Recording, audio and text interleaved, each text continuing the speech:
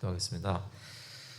하나님 아버지, 하나님께 찬송할 수 있도록 믿음 주시고 또 교회 주시고 이렇게 나오게 하시니 감사합니다. 주님, 또 오늘 예배 마치고 소요리 문답을 통해 성경의 진리를 또 배우고자 합니다. 묵상할 때 저에게 지혜 주셔서 주님 잘 깨닫게 하시고 깨닫는 만큼 삶이 변할 수 있도록 주님께 나아갈 수 있도록 인도하여 주셔서 감사드리면서 예수 그리스도 이름으로 기도합나이다. 아멘. 네, 오늘은 55번입니다. 소리문답 55번. 제 3계명이 금하는 것에 대해서 얘기를 하는데요. 제가 질문 읽겠습니다. 답을 같이 읽어주시기 바랍니다. 55. 제 3계명이 금하는 것은 무엇인가? 제 3계명이 금하는 것은 무엇이든지 하나님이 자기를 나타내신 것을 회방하거나 악용하는 것이다. 네, 여기 1번 밑에 내려와 보시면 그 성경 구절들이 있습니다. 제가 맨 처음에 보내드렸던 것은 성경 구절을 달지는 않았었는데요. 다시 보내드렸던 걸 보시면 레위기 19장 12절에 보니까 너희는 내 이름으로 거짓 맹세함으로 내 하나님의 이름을 욕되게 하지 말라. 나는 여호와이니라 라고 하셨고요. 거짓 맹세하는 것이 하나님의 이름을 욕되게 하는 것이 무엇인지, 왜 하나님의 이름이 욕되게 되는 것인지 묵상을 질문을 하게 됩니다. 마태복음 5장 33절 37절 또 옛사람에게 말한 바 헛맹세를 하지 말고 내 맹세한 것을 주님께 지키라 하였다는 것을 너희가 들었으나 나는 너에게 이르노니 도무지 맹세하지 말지니 하늘로도 하지 말라 이는 하나님의 보좌임이요 땅으로도 하지 말라 이는 하나님의 발등상임이요 예루살렘으로도 하지 말라 이는 큰 임금의 성임이요 내 머리로도 하지 말라 이는 내가 한 터럭도 희고 검게 할 수 없음이라 오직 너의 말은 옳다 아니라 하라 이에서 지나는 것은 악으로부터 나느니라 했습니다. 이 말씀을 보면 하나님의 보좌가 있는 하늘, 또 하나님의 발등상, 그리고 하나님이 거하시는 예루살렘, 하나님의 성전이 있는 예루살렘, 그리고 하나님께서 저희 가운데 함께 하실 때 또 심지어는 머리로도 하지 말라라고 하셨는데요. 하나님을 나타내는 그 어떤 것이든지 그것을 헛되이 사용하고 언급하는 것을 금하는 것이죠. 그래서 너희 말은 옳다 아니라 솔직하게 그 진리 여부만 고백하라고 합니다. 야고보서 5장 12절에 보시면 내 형제들아 무엇보다도 맹세하지 말지니 하늘로나 땅으로나 아무 다른 것으로도 맹세하지 말고 오직 너희가 그렇다고 생각하는 것은 그렇다 하고 아니라고 생각하는 것은 아니라 하여 정죄 받음을 면하라 했습니다. 저희가 그 맹세하는 것에 대해서 지난번에도 한번 잠깐 얘기를 했을 텐데요. 맹세한다는 것은 어떤 것을 얘기할 때 내가 말하는 것이 그거 자체로는 부족하다고 생각이 되어서 다른 더 권위 있는 것을 가져다가 이것이 사실입니다 하고 그것을 두고 맹세하는 것이죠. 그럴 때 보통 이제 이스라엘 백성들 또 저희 같은 사람들도 이제 하나님을 두고 맹세하는 것이 되겠죠. 그 맹세 자체가 나쁜 것은 아닙니다. 여기서 말하는 금하는 맹세라는 것은 거짓 맹세, 헛된 맹세를 하지 말라는 것이고요. 그리고 하나님이 적법하게 맹세하라고 하시는 것들이 있습니다. 서약하라고 하시는 것들이 있죠. 대표적인 것 중에 하나가 법정에 나가서 어떤 진리를 얘기해야 될 때 미국 관습에도 손을 성경에 얹고 이렇게 선서하잖아요. 그것은 적법한 것이 되겠죠. 또 다른 선서들 생각해 보시면 결혼할 때 선서하지 않습니까? 서약하지 않습니까? 그때도 성부와 성자와 성령의 이름으로 그 앞에서 선서하는 것이고요. 하지만 제 3계명이 금하는 것은 하나님이 자기를 나타내신 것을 회방하거나 여기 보면 profaning, 그러니까 더럽히는 것이죠. 또는 악용하는 것, 어비유스하는 것입니다. 그것이 무엇인지 그것을 종류별로 좀 살펴보는 시간인데요. 여기 보면 첫 번째 질문은 하나님의 이름과 칭호와 속성에 대해서 얘기를 하고요. 그 다음에 두 번째는 하나님의 규례들, 성례라든지 기도라든지 여러 가지 하나님께서 하라고 말씀하신 그런 것들 있죠. 하나님의 규례들. 세 번째는 하나님의 말씀. 그리고 네 번째는 하나님의 행사, 하나님의 만드신 것들, 하시는 일들, 이런 것들이 다 하나님이 자신을 나타내시는 이름에 속한 또 관계된 것들인데 그런 것들을 사용할 때 어떻게 무엇을 금하는 것인지 그것을 좀 살펴보는 공부입니다. 오늘은 이해되시나요? 윤곽은 잡히시죠? 들어가기 전에 한 가지 질문이 있습니다. 여러분은 하나님의 이름 또는 여기서 말하는 여러 가지 것들을 망령되이 또는 헛되이 사용하는 적이 있다고 생각하세요? 없다고 생각하세요? 있어요? 예를 들자면 어떤 때 그런 것이 생각나시나요? 내가 방금 하나님의 이름을 망령되이 사용했네? 라는 그런 것들이 언제 그런 일들이 있나요? 예, 그런 것들 있죠. 막 이렇게 평소의 대화 가운데 하나님을 예배하거나 주님께 진지한 마음으로 나오는 상황이 전혀 아닌데도 함부로 하나님의 이름을 도용하는 때가 많죠. 예. 또 어떤 때가 있을까요?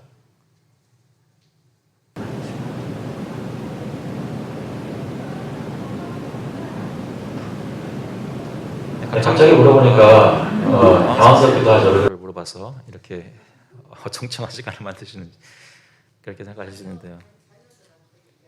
자녀들한테 얘기할 때 자기가 확실하게 하지도 않으면서 이제 하나님을 또 그랬다가 하나님 뭐 혼난다든지 이렇게 네. 할 수도 있고. 그냥 부모님 혼내시면 되는데 하나님 혼내실 거야 이렇게 말씀하시는 분들 싫어하시죠. 엑스트라로 길티를 주는 네. 저희가 저지르는 여러 가지 죄들을 여러 각도로 볼 수 있겠지만 특별히 3계명에서는 이것을 금하는 이유가 하나님의 이름, 칭호, 속성, 말씀, 규례, 행사 이런 것들이 하나님을 나타내는데 그것을 우리가 헛되이 쓴다는 것은 그 하나님에 대한 거짓 증거를 하는 것이기 때문에 그것이 죄가 된다는 것이죠. 그래서 그것을 좀 더 구체적으로 보자면요. 그럼 하나님의 이름과 칭호와 속성은 어떻게 해방되고 악용되는가 보면 여기 답은 사람들이 그것들에 대한 아무런 적절한 감성이 없이, 감성이라고 번역한 것은 여기 affection이라는 말인데요. 저희가 affection이라는 말을 몇 번 저희가 접했었죠. 그러니까 마음속에 단순히 이모션, 그런 감정뿐만 아니라 정말 마음속에 의지적으로 하나님을 열망하는 그런 감정들을 얘기할 때 감성, 적절한 affection이라고 얘기합니다. religious affection인데요. 아무런 적절한 감성이 없이 그런 것이 있어야 되는데 그런 거 없이 대수롭지 않게 여기고 불경하게 생각할 때 영어로 보니까 slightly and irreverently 사용하는 거죠.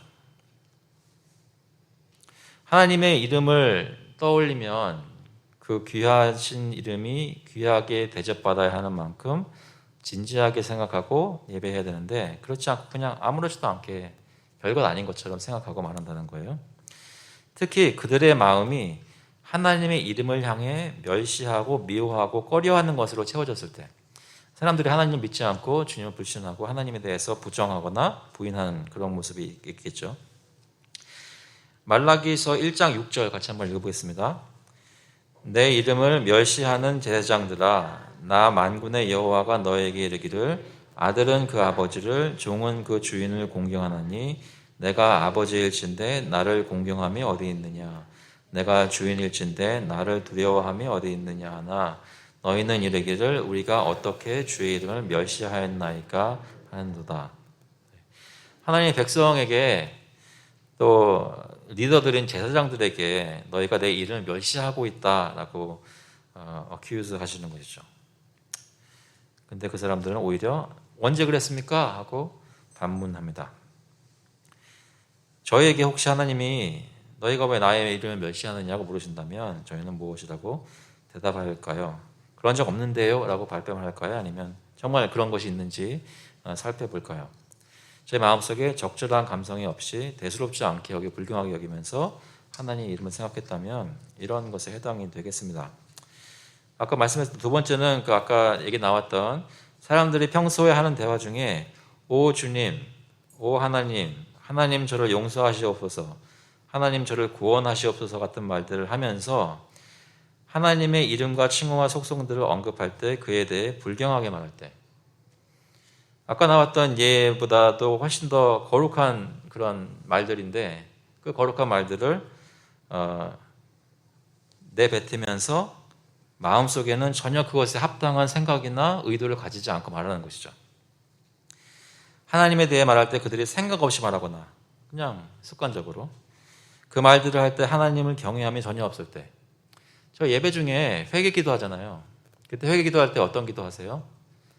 뭐든지 매주 하게 되면 이제 습관이 되기 쉬운데, 아까 기도할 때 어떻게 마음의 진지한 마음을 가지고 회개하는 기도를 하셨어요? 아니면 시간 됐으니까 보통 하는 말들 이제 순서대로 나오셨나요? 생각해 볼 필요가 있습니다. 단순히 내가 사람들하고 대화할 때 오 마이 뭐 이런 거로 뜻을 안 한다고 내가 이것을 지키고 있는 것이 아니라 하나님에 관련된 모든 이름과 속성 이런 것들을 생각하거나 얘기할 때 마음속에 진정한 예배의 마음을 가지고 그것들을 말하는지 사용하는지를 살펴봐야 되겠죠. 그래서 시편 139편 20절 이것도 같이 한번 읽어보겠습니다. 그들이 주를 대하여 악하게 말하며 주의 원수들이 주의 이름으로 헛되이 맹세하나이다. 그래서 진짜로 진심으로 헌신되어서 맹세하는 것이 아니라 헛되이 맹세한다고 합니다. 세 번째는 사람들이 하나님의 이름으로 맹세하는데 헛되고 악하게 말하고 그들의 평소의 말을 흉측한 맹세를 섞어서 말하는, 제가 번역을 하려다가 이 표현을 썼는데요. 여기 보시면 mingling their ordinary speech with hideous oaths. hideous라는 말은 괴물을 사용할 때, 괴물을 묘사할 때 사용하는 말이잖아요. 평소의 말에 함부로 섞는 맹세를 흉측하다고 얘기를 하는 거예요. 새로운 맹세들을 창작해내는 자신들을 자랑스럽게 여기고, 예를 들자면 영화를 보시면 한국 영화 중에 왜 그 욕을 잘하는 사람 나올 때 있잖아요. 혹시 기억나시나요? 그런데 욕 잘하는 욕쟁이 할머니라든지 뭐 이런 분들이 나와가지고 말을 하는 거 보면 표현이 좀 그렇습니다만 그 차지게, 그러니까 입에 딱딱 달라붙게 그 들을 때 반박할 수 없을 정도로 그 말을 듣는 것 자체로 그냥 지고 마는 그런 식으로 창의적으로 욕을 하는 거죠. 그런 거예요. 그러니까 평소의 말을 흉측한 맹세를 섞어서 또 새로운 맹세를 창작해내는 자신들을 자랑스럽게 여기고, 그러니까 이것이 단순히 실수해가지고 그렇게 하나님을 헛되이 사용한 것이 아니라 그러한 삶 속에 깊이 들어가 있는 겁니다. 그것들을 단호하게 선언하거나 그들이 판사 같은 사람들 앞에서 적법하게 선서하도록 요구될 때, 거짓 맹세할 때, 여러분 가운데서는 그런 분이 없을 것이라고 생각하고 믿고 있지만, 사람이 한번 거짓말하게 되면 절대로 거짓말에 대해서는 안 된다는 상황, 그런 재판장 앞에 가서 맹세하면서 얘기를 할 때 그때 감쪽같이 아무렇지도 않게 거짓말할 수 있다는 것이죠. 거짓 맹세합니다. 그래서 하나님의 이름과 칭호와 속성은 이렇게 평소에 마음속에 어떻게 보면 프로그레션이죠. 별로 진지한 마음 없이 생각하는 식으로 죄를 지면서 사용하다가 말의 습관 중에 오 주님, 오 하나님 그러면서 함부로 사용하거나 때로는 그 삶 속에 계속 들어가 있어서 삶에 진짜로 심각하게 이거 가지고 죄를 지을 수도 있다는 것입니다. 그래서 그런 것이 팽배한 유대인의 문화 가운데 예수님이 이렇게 선포를 하시는 것이죠. 나는 너에게 이르노니 도무지 맹세하지 말지니 하늘로도 하지 말라. 이는 하나님의 보좌이며. 왜 이렇게 말씀하실까요? 맹세하는 것 자체를 부정하시는 것이 아니라 그들이, 유대인들이, 바리새인들이 종교적인 그런 옷을 입고 하나님의 이름을 빌어서 누구를 정죄하거나 종교적인 행동을 하는데 그 마음속에는 하나님을 경외하는 마음이 전혀 없이 그런 것을 사용했다는 것입니다. 그러려면 아예 맹세하지 말라는 것이죠. 스가랴서 5장 4절에도 만군의 여호와께서 이르시되 내가 이것을 보냈느니 도둑의 집에도 들어가며 내 이름을 가리켜 망령되이 맹세하는 집에도 들어가서 그의 집에 머무르며 그 집을 나무와 돌과 아울러 살리리라 하셨느니라. 하나님께서는 분명히 이러한 죄들에 대해서 심판하신다고 합니다. 네 번째 보시면 사람들이 자신들이나 다른 이들을 주님의 이름으로 장난스럽게 함부로 또는 악의를 가지고 저주할 때, 여기 나와 있는 다윗과 골리앗이 나오는데요. 블레셋 사람이 다윗에게 이르되 내가 나를 개로 여기고 막대기를 가지고 내게 나왔느냐 하면서 그의 신들의 이름으로 다윗을 저주하고, 마태복음 26장에서는 그가 저주하여 하며 맹세하여 이르되 나는 그 사람을 알지 못하노라 하니 곧 닭이 울더라. 베드로가 했던 일이죠. 사람들이 주님을 자신을 알리시는 데 사용하시는 이름들이나 칭호들이나 속성들을 대적하여 말하거나 주님께 어울리지 않는 것들을 그에게 속하는 것처럼 말함으로써 주님의 이름을 모독할 때, 여기 아까 인용했던 것이 야고보서 1장 13절에 나오는데요. 사람이 시험을 받을 때에 내가 하나님께 시험을 받는다 하지 말지니 하나님은 악에게 시험을 받지도 아니하시고 친히 아무도 시험하지 아니하시느니라 했습니다. 하나님 여기서 말하는 시험은 그러니까 어떤 뜻이겠어요? 아까 말씀드렸던 두 번째 뜻이죠. 나쁜 의미. 유혹하는 그런 것이라고 하나님에 대해서 얘기를 하는 거예요. 하나님의 속성은 우리를 죄로 유혹하시는 분이 아닌데, 그런 모습을 여기 죄를 짓는 것을 야고보서에서 말하는 것이죠. 사람들이 주님의 이름을 어떤 주문에 사용할 때, 사도행전에서 이에 돌아다니며 마술하는 어떤 유대인들이 시험 삼아 악귀 들린 자들에게 주 예수의 이름을 불러 말하되 내가 바울이 전파하는 예수를 의지하여 너에게 명하노라 하더라. 예수님의 이름을 어떤 자신들이 원하는 것을, 기적적인 것을 일어나게 하는데 주문으로 사용했다는 거예요. 저희 중에 누가 이렇게 마술사 같이 예수님의, 하나님의 이름을 주문처럼 사용하겠습니까마는 자칫 잘못하면 이럴 수 있어요. 언제 그러냐면 기도할 때 전에 한번 말씀 나눴던 것 같아요. 영빨이 있는 분들이라고 얘기하잖아요. 무슨 말씀 아시죠? 그러니까 그냥 기도하면 되는데, 자기가 기도하면 되는데 왠지 내가 기도해서는 효과가 많이 없을 것 같아요. 그래가지고 다른 어떤 거룩한, 자기가 생각할 때 좀 더 하나님과 가깝고 거룩한 사람을 모셔다가 그분이 기도하게 하는 거예요. 누구를 불러다가 기도하는 것 자체가 나쁜 건 전혀 아닙니다. 같이 성도는 그렇게 해야 돼요. 그런데 그 마음속의 동기 중에 내가 하나님을 믿음으로 그리스도의 이름을 불러서 주님께 구할 때 주님이 받으실 거라는 믿음 없이 내가 하는 것보다는 이분이 해주면 뭔가 좀 더 좋을 것이라는 그 생각이, 기대가 어디에 근거했냐면 그분이 부르는 하나님의 이름은 더 효력이 있는 것처럼 생각하는 거예요. 그 생각은 기독교라는 이름만 다른 종교로 바꿔도 충분히 성립되는 논리거든요. 주문이 돼버린단 말이에요. 저희가 아이들한테 가르칠 때 왜 밥 먹기 전에 기도하라고 그러잖아요. 그렇게 가르치시나요? 근데 이게 자칫 잘못하면 눈 감았다가 떠요. 30초 동안 눈 감았다가 떠요. 그럼 뭐 했는지 물어보면 대답 안 하다가 어떨 때는 가면서 들어보면 이게 하나의 주문인 거예요. 부모님이 시켰으니까 하나님께 앞에서 밥을 먹으려면 이걸 해야 되니까 해가지고 하는 거예요. 하나님에 대한 진지한 생각 없이, 정말 감사하는 마음 없이 그냥 외우는 거예요.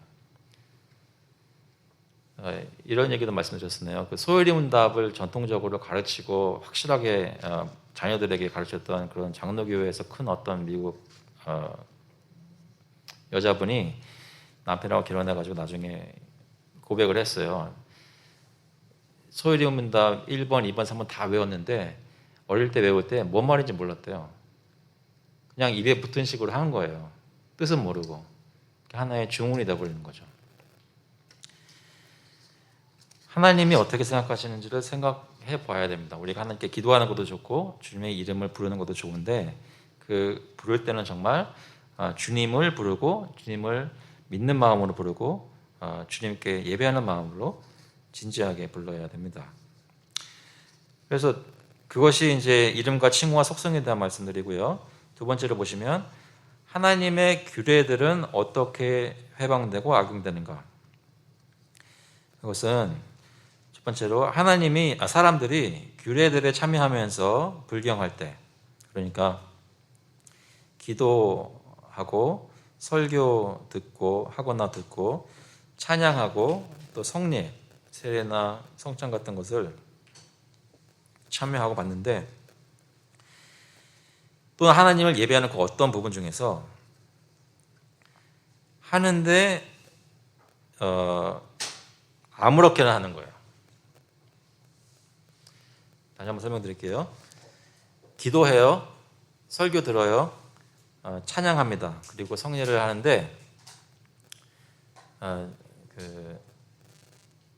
별 생각 없이 그냥 하라고 하니까 그 마음을 가지고 경솔한 마음으로 하다 보니까 그것이 밖으로 나타나요. 예전에 혹시 어르신들이, 교회 어르신들이 기도할 때 무릎을 꿇고 하나님 앞에 단정한 모습을 기도드려라 라는 말씀 들어보신 적 있어요?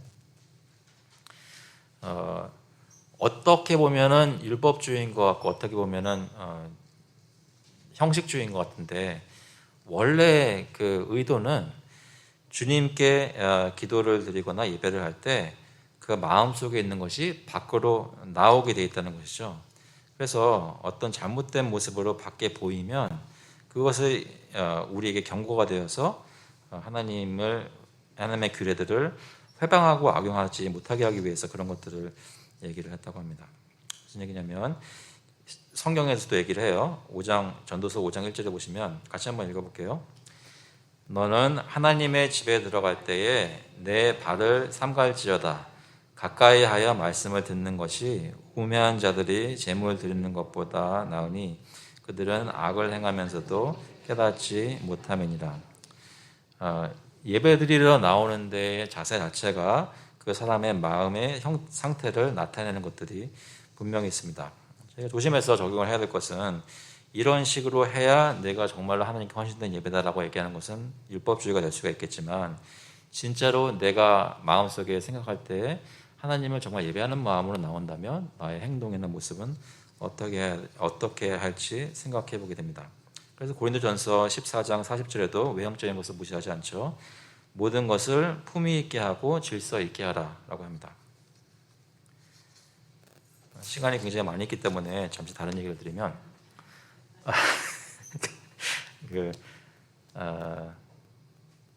이 근처에도 있었고 다른 데도 있었고 좀 미국에서 교회들 이제 목사님들 이제 예배나 이런 거 할 때 때로는 그게 이슈가 되기도 합니다. 뭐가 이슈가 되냐면 예배를 드리러 나오는데 그 청바지를 입고 나오는 거예요. 잠깐 상상을 해보세요. 그러니까 제가 어느 날 이제 다음 주에 이제 교회에 나왔어요. 근데 청바지를 입었어요. 근데 그렇게 안 될 것 같죠? 여러분 눈에 봐도 안 되게 청바지 입을 수 있습니다. 색깔을 잘 조절하고 시간을 맞추고 제 발걸음 어떻게 하느냐에 따라서 여러분이 인간적으로 봐도 안 되게 그걸 입을 수 있어요. 근데 보통 목사님들이 예배 인도하러 올라가다 청바지를 입는다는 것은 어떤 청바지가 좋아서라기보다는 어떤 메시지를 주고 싶은 거예요. 무슨 얘기냐면 저 오늘 이거 입는데 이 양복 입는데 그렇게 고민 안 했어요. 약간 고민했습니다. 늘상 입던 것이 이제 너무 오래 입다 보니까 혹시 냄새가 나면 어떨까 싶어 고민했는데 간편하거든요. 양복이 제일 쉬워요, 사실은. 저한테는 제일 부담 없이 예배에 올 수 있는 옷이 양복이에요. 제가 만약에 청바지를 입으려고 한다면 여러 가지 고민을 해야 돼요. 근데 무슨 고민을 하게 되냐면 왜 굳이 그걸 입게 되냐면 사람들에게 하나님께 나오는 게 하나님이 그렇게 막 무서운 분이거나 막 이렇게 두렵고 떨면서 율법주의식으로 나오면 안 된다는 것을 가르치기 위해서 그런 식으로 뭔가 좀 메시지를 주기 위해서 그런 선포를 하는 거예요. 근데 이 근처나 아니면 다른 데서나 그런 일들이 있었어요, 사실. 근데 그것이 있으면서 교회에서 그 메시지를 좋아했던 분들은 좋아하고 그 메시지를 싫어했던 분들은 바더가 된 거죠. 그래가지고 교인들이 나가기도 하고 또 이렇게 이슈가 되기도 합니다. 왜 이 말씀을 드리냐면 저희의 겉모습이 중요하다는 겁니다. 중요하다는 겁니다. 근데 겉모습에 대한 기준을 사람의 생각의 기준으로 두는 것이 아니라 각자의 마음속에 정말로 하나님이라는 분에 대해서 어떻게 생각하는 마음이 경건하게 있는데 그것이 표현되는 모습으로 시리어스한 마음을 가지고 주님께 오냔 말이죠. 그게 중요한 거예요. 어떤 사람에게는 하나님이 나를 너무 사랑하시고 그 앞에 내가 솔직한 마음으로 가는 것을 제일 잘 표현하는 것이 청바지를 입고 셔츠를 간단하게 입고 가는 것이 꾸밈없이 가장되지 않게 나가는 예배의 표현이라고 한다면 그렇게 나와야 되는 거예요. 어떤 사람은 꼭 양복을 입어야만 하나님 앞에 제대로 선 것 같이 평생 동안 살겠다면 그것을 부인하고 다른 걸 하는 즉시 이 3계명을 거역하는 게 된다고요. 중요한 거는 나의 겉모습이나 내 속사람이 정말로 하나님의 이름을 경건하게 생각하고 예배를 드리는 마음으로 진지한지 그거를 실험해야 한다는 것이죠. 그래서 지금 여기는 다양한 색채의 옷들을 입고 계시잖아요. 여러분의 지금 입고 있는 옷이 여러분의 마음에 예배드리는 상태를 나타내는 것을 표현하고 있습니까? 저는 약간 부족해요. 색깔이 그런데 제 마음도 확실하게 이 양복이 요구하는 만큼 마음이 없이 헛되이 하나님 앞에 경건한 척 하고 있는 것도 많다고요. 여러분은 어떠세요?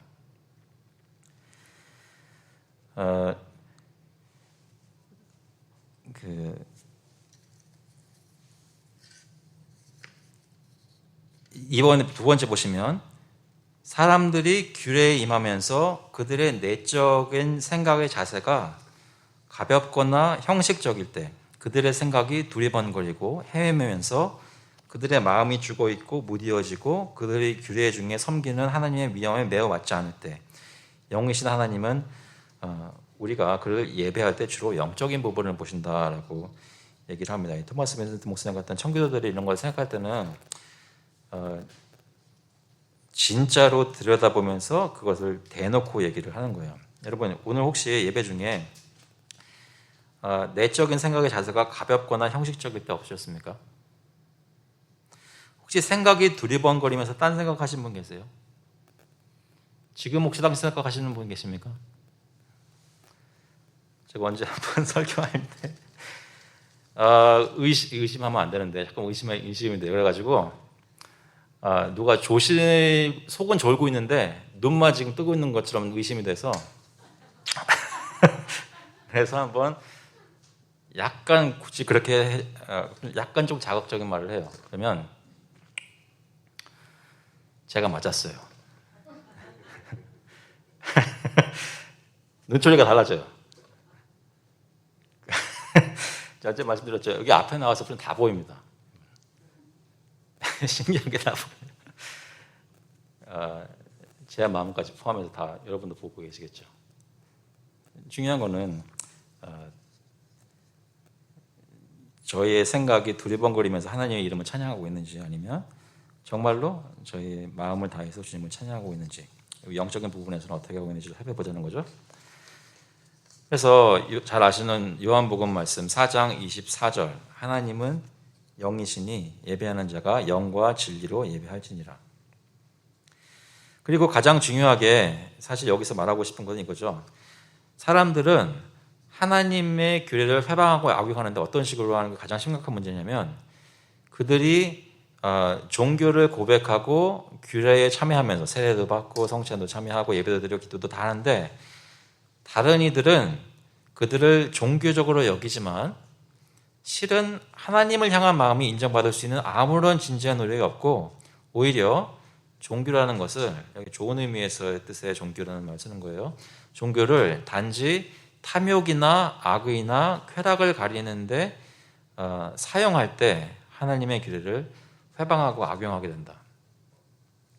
어떤 경우는 그냥 가식적인 모습을 표현이 그렇지만 떤다 그러죠. 그래서 오랫동안 교회 다니면서 자기는 예수님 믿고 천국 가고 다른 사람들을 볼 때 비방하지 않을 수 없는 배정할 수 없는 그런 사람인 것처럼 척하는 거예요. 가벼운 경우는 그렇게 되겠죠. 심각한 경우는 옛날 바리새인들이 속에는 무덤같이 더러운데 겉에는 안 그렇처럼 하면서 가끔가다 그런 뉴스가 들리죠. 종교적인 어떤 큰 그런 지도자가 알고 보니까 속에 어떤 정말 그 돈이 됐든지 성적인 타락이 됐든지 어떤 권력이든지 다른 큰 죄들을 숨기는데 자신의 그 종교적인 규례에 참여하는 것을 사용한 거예요. 겉으로 보기에는 이분 예배 드리고 있고 성찬 빠지지 않고 있고 하나님 바리새인들도 그러잖아요. 금식하고 기도한다고 다 하는 거 다 하는데 규례들을 자신의 악하는 것을 가리는 데 사용하는 거예요. 그런 것들이 저희 모두에게 충분히 가능한 얘기입니다. 그래서 디모데후서는 이렇게 경고하죠. 경건의 모양은 있으나 경건의 능력은 부인하니 이 같은 자들에게서 내가 돌아서라. 마가복음에서는 회당의 높은 자리와 잔치의 윗자리를 원하는 서기관들을 삼가라. 서기관들이 윗자리에 앉는 이유는 종교적인 이유 때문에 그렇습니다. 하나님 말씀을 잘 안다는 것. 그들은 과부의 가산을 삼키며 외식으로 길기기도 하는 자니 그 받는 판결이 더욱 중하리다 하시니라. 하나님을 나타내는 그 규례를 참여할 때 헛되이 사용하는 모습이 자신의 죄를 숨기기 위해서 사용할 수도 있다는 것이죠. 세 번째로 하나님의 말씀은 어떻게 회방되고 악용되는가. 사람들이 하나님의 말씀을 대수롭지 않게 생각하거나 말할 때인데 특히 하나님의 말씀이나 그것의 어떤 부분이라도 저속한 농담으로 변질시킬 때 저는 이거 준비하면서 이거 쓰면서 조금 많이 찔렸어요. 그러니까 제가 진중한 사람이 못 돼가지고 이렇게 그 말씀을 전하거나 할 때 분위기 보면서 사람들이 좀 다운되어 있는 것 같다 싶으면은 좀 분위기를 업해볼까 하면서 그냥 재밌게 말하는 식의 습관들이 돌아보니까 알게 모르게 있더라고요. 그래서 예전에는 저는 그게 솔직하고 좋은 건 줄 알았는데 그때 저의 그런 모습을 보면서 옆에서 한마디씩 했던 그 시리어스한 목사님들이 말 듣으면 생각나기 시작했어요. 하나님의 말씀을 전하는데 진지해야 된다고 그런 말씀하시는 것들을 그때는 많이 그랬거든요. 근데 이거 어저께 준비하는데 마음에 많이 찔리더라고요. 그러면서도 웃고 있는 저희 모습을 보시면서 어떻게 생각하실지 모르겠지만 하나님의 말씀인데 대수롭지 않게 생각하거나 말하고 있지는 않은지 또는 저속한 농담으로 변질시키는지 생각을 해보게 됩니다. 좀 더 심각하게 사람들이 하나님의 말씀을 왜곡하여 거짓된 교리를 만들어낼 때 그러니까 말씀이라는 걸 놓고 볼 때 하나님을 드러내는 말씀이라는 걸 놓고 볼 때 어떻게 악용할 수 있는지를 얘기하는 건데요. 그 두 번째가 말씀을 왜곡해서 거짓된 교리를 만들어낼 때 하나님의 말씀에 들어있는 흠없고 온전한 교리를 대항하여 비뚤어지게 논쟁할 때 perversely disputing against라고 하거든요. 베드로 전서 말씀 한번 읽어볼게요. 선한 양심을 가지라. 이는 그리스도 안에 있는 너희의 선행을 욕하는 자들로 그 비방하는 일에 부끄러움을 당하게 하람이라. 그러니까 이 선행을 욕하는 사람들은 그 사람들이 상계명을 범하고 있는 것이 드러나게 하는 것이죠. 그런데 이 선행은 무슨 선행이냐면 하나님의 말씀을 전하는 그런 사역을 얘기를 합니다. 선한 양심을 가지라. 그러니까 나는 이 말씀을 전할 때 사람들에게 부끄러울 것이 없는 그런 떳떳한 양심을 가지라는 것이죠. 디모데전서 6장 보시면 누구든지 다른 교훈을 하며 바른 말, 곧 우리 주 예수 그리스도의 말씀과 경건에 관한 교훈을 따르지 않으면 그러니까 하나님의 말씀이 사운드하게 나오고 있는데 하나님의 말씀을 대적하여서 여기 보면 교만하여 아무것도 알지 못하고 변론과 언쟁을 좋아하는 자니 저희 모두가 다 그런 게 있어요. 성경을 다 읽다 보면 어떤 것들은 마음에 쏙쏙 들어오는데 어떤 것들은 솔직히 받아들이기 힘든 것들이 있어요. 그러면 본능적으로 무슨 일이 일어나냐면 마음속에 그 말씀을 대항해서 반대하거나 피할 수 있는 논리들을 마음속에서 만들어내게 되어 있다고요. 그런 것들에 대해서 얘기를 하는 거죠. 흠없고 온전한 교리를 대항하여 비뚤어지게 논쟁할 때 하나님의 말씀을 회방하거나 악용하는 것이 됩니다. 세 번째로 사람들이 하나님의 말씀을 잘못 적용할 때 그러니까 위협을 의인에게 적용하여 그들을 슬프게 하고 약속을 악인에게 적용하여 그들이 가는 길에 가는 것, 악한 길에 가는 것을 조장하는 것이죠. 어떤 사람은 말씀을 가지고 책망을 해서 돌아서게 해야 되는데 은혜 얘기하면서 마음을 편안하게 해주고 어떤 사람은 정말로 시름하면서 주님 쫓아가고 있는데 그 사람에게 하나님의 말씀에서 나오는 어떤 위협들을 그 사람에게 적용해서 그렇지 않아도 힘든 사람을 힘들게 하는 것이죠. 하나님의 말씀을 잘못 적용할 때 하나님의 말씀을 회방하고 악용하는 게 됩니다. 네 번째로 보시면 사람들이 자신들이나 다른 잠깐만요. 그다음 그 여기 있죠.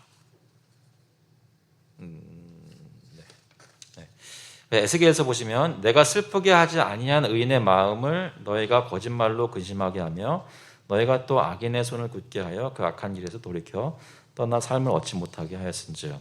습니다. 그래서 사실 이것은 모든 성도들에게도 적용이 되겠지만 특히 말씀을 전하고 사역을 하는 목회자들에게도 많이 적용이 됩니다. 이럴 때가 있어요. 그러니까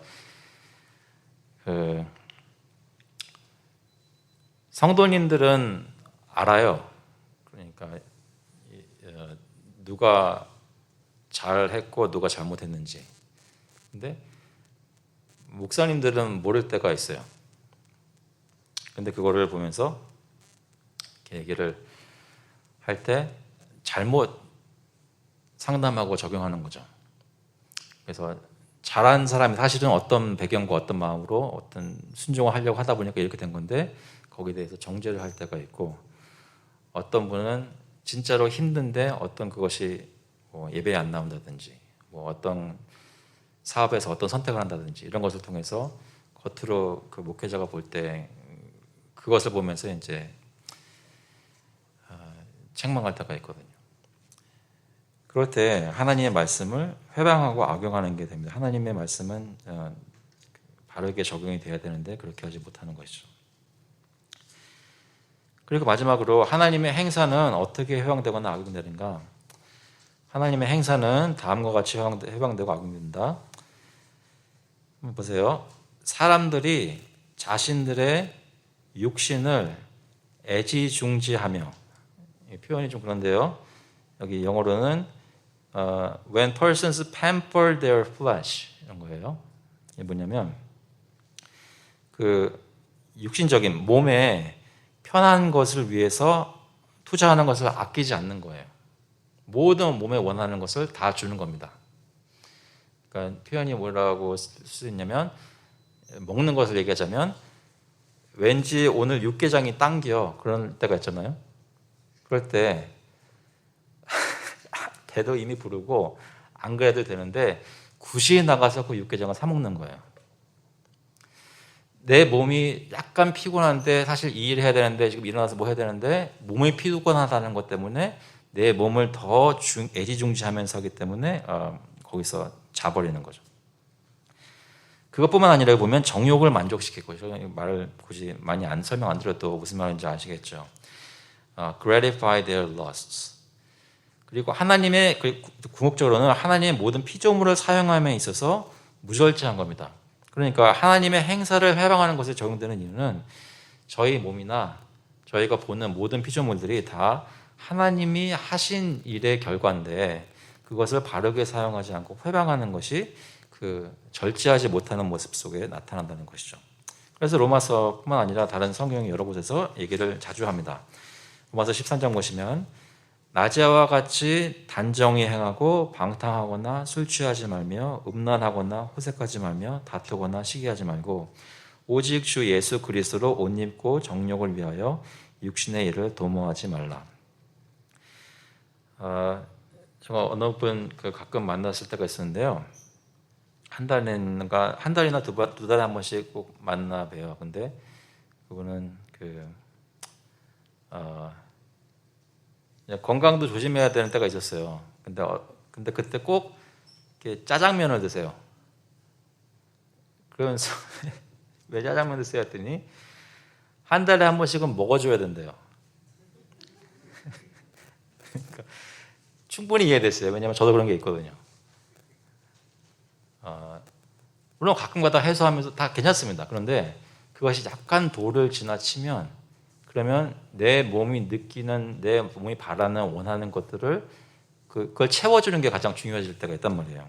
근데 그것은 3계명의 연결관이 되는 게 이 저희 몸도 하나님의 어떤 분인 것을 나타내는 것이거든요.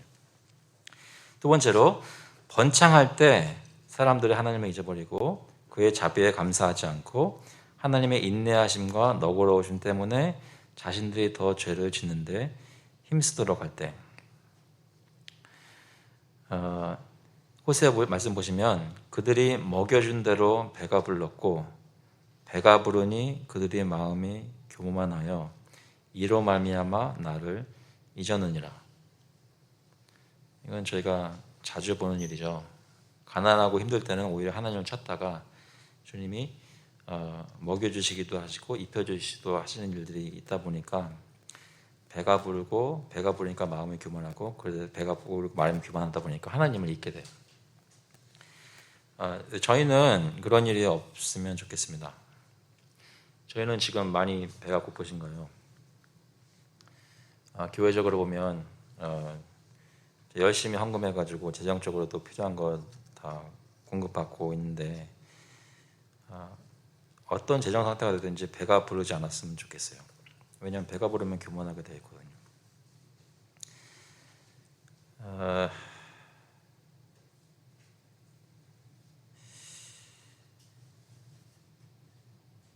네. 로마서 2장 보시면 혹 내가 하나님의 인자하심이 너를 인도하여 회개하게 하심을 알지 못하여 그의 인자하심과 용납하심과 길이 참으심이 풍성함을 멸시하느냐. 다만 내 고집과 회개하지 아니한 마음을 따라 진노의 날 곧 하나님의 의로우시는 심판이 나타나는 그날에 임할 진노를 내게 쌓는도다. 잠깐 생각을 해보셨으면 좋겠습니다. 여러분 개인적으로나 교회적으로 또는 어떤 컨텍스트든지 사업이든지 가족이든지 하나님이 복을 소위 말하는 복을 주셔서 잘 되게 하시는데 그때 우리가 하나님의 자비에 감사하지 않고 하나님을 잊어버리는 일이 없도록 저희 자신을 살펴야 되겠고요. 마지막으로 보시면 위기 중에 이것은 뭐가 잘 안 될 때예요. 사람들이 수군거리고 짜증날 때 그들이 구제불능이며 죄 가운데 더욱 완악해질 때 얘가 적절한지 모르겠지만 한번 그 상황을 한번 상상해 보겠습니다.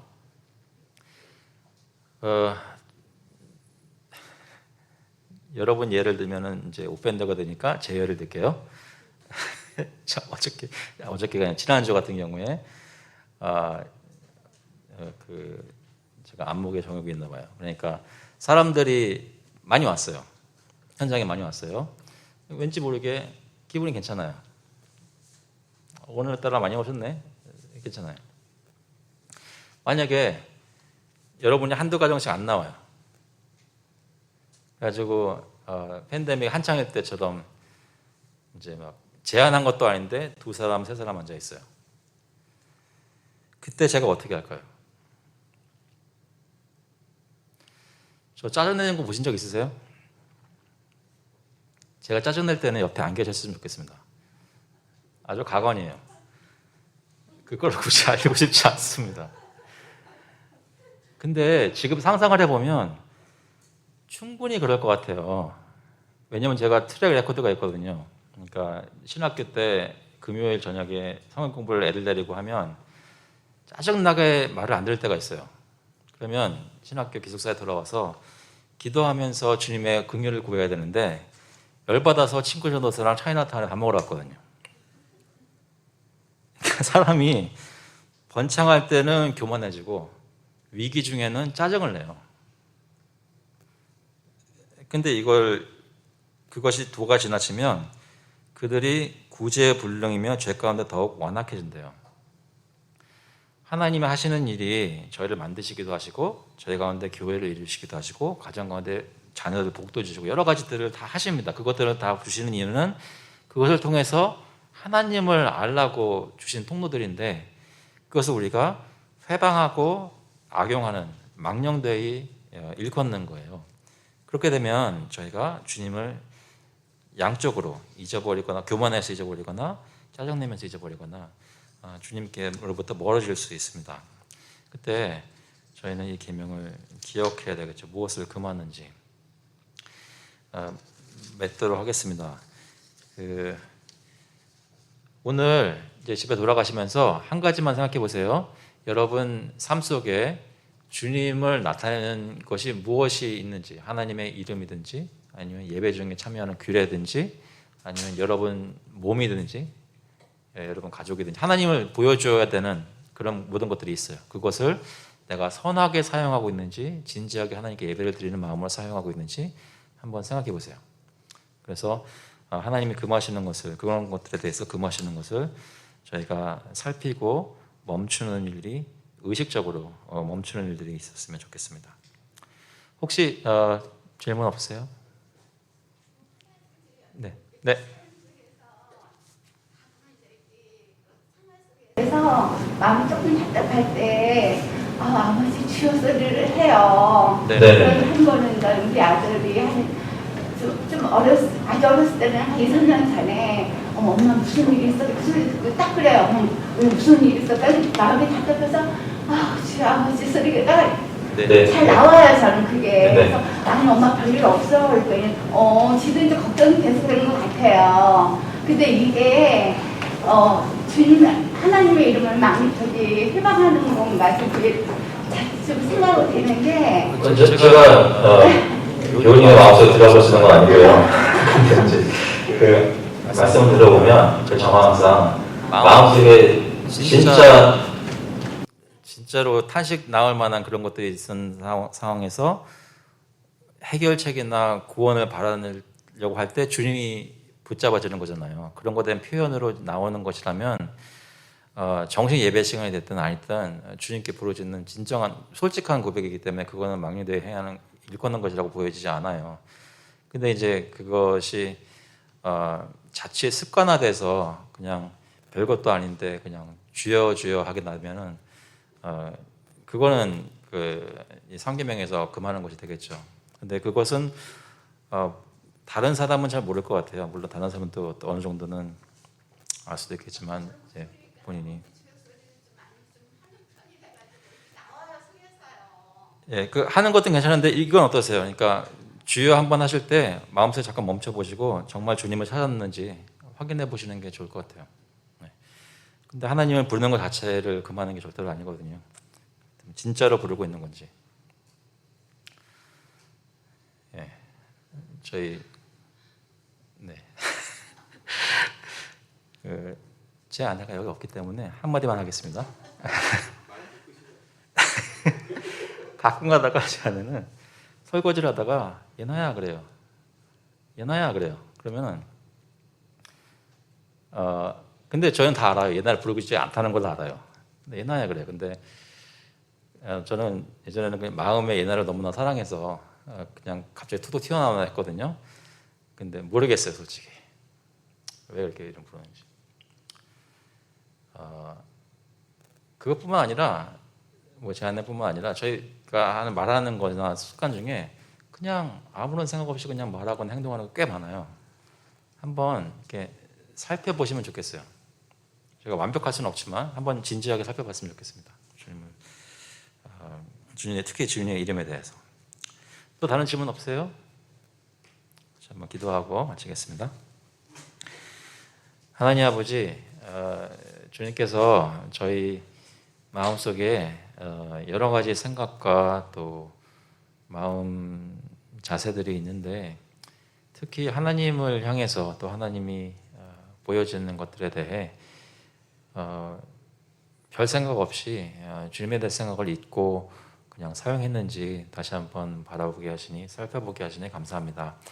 저희가 그냥 이거 공부할 때만 생각해 보는 것이 아니라 진짜 내 말의 습관 속에 또는 내가 삶 속에 있는 것들을 다루고 사용할 때 하나님은 경외와 예배와 존중을 받으셔야 되는 분이고 진지한 마음으로 주님 앞에서 제가 떨며 나가야 되는 존재인데 우리가 혹시 하나님을 경히 여겼는지 생각해 보게 하시고 저희의 모습이 주님 보시기에 정말로 하나님을 진지하게 생각하고 주님께 나오는 모습이라고 정말 노력하고 있다고 정말 그리스도를 의지하고 있다고 얘기하실 수 있는 삶으로 바뀌어질 수 있기를 간절히 바랍니다. 그래서 저희와 함께 대화를 나누고 저희와 함께 예배를 하고 삶을 같이 사는 사람들은 서로에게 주님의 이름을 경외하고 사랑하고 아끼는 그런 모습으로 삶을 사는 것이 증거될 수 있도록 주님 인도하여 주셔서